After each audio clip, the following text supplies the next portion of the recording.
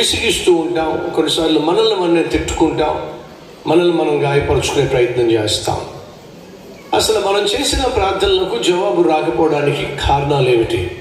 జవాబు రాకపోవడానికి కారణాలు ఏమిటో మనం తెలిసినట్లయితే, మొదటిగా ఆ కారణాలు మనం పరిశీలించుకొని, మనల్ని మనం పరీక్షించుకొని, ఒకవేళ మనలోనే లోపము ఉన్నట్లయితే సరి చేసుకోవడానికి ఒక ఆస్కారం ఉంటుంది. కాబట్టి ఈ విషయాలు మీతో పంచుకుంటున్నాను.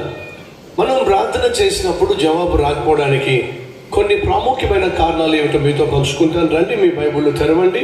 యాకోబు పత్రిక 4వ అధ్యాయము 3వ వచనము లేదా 2వ వచనం కూడా. మీరు ఆశించుచున్నారు కానీ మీకు దొరకటం లేదు. నరహత్య చేయుదురు, మత్సరపడుదురు కానీ సంపాదించుకొనలేరు. పోట్లాడుదురు, యుద్ధము చేయుదురు కానీ దేవునిని అడుగునందున మీకేమీ దొరకదు. ప్రార్థనకు జవాబు రాకపోవడానికి ఒక కారణం ఏమిటో ఇప్పుడు చదువుతున్నాను. మీ భోగముల నిమిత్తము వినియోగించుటకై దురుద్దేశముతో అడుగుదురు గనుక మీకేమీ దొరకటం లేదు. దయచేసి గమనించండి, దేవుడు మనకున్న ప్రతి అవసరాన్ని తీరుస్తాడు.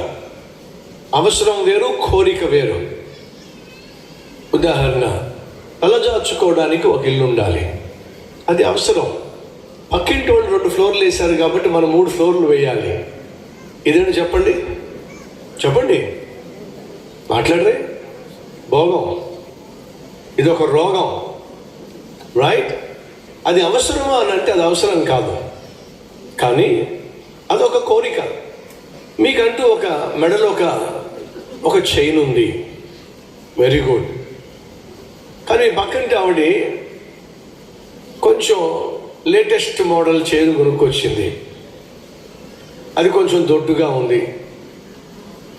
నీకు అనిపించింది నేను 1 తులం వేసుకున్నాను, ఆమెమో 2 తులాలు వేసుకుంది. వాళ్ళ ఆయన కంటే మా ఆయన బాగా చదువుకున్నాడు, మంచి జతగాడు.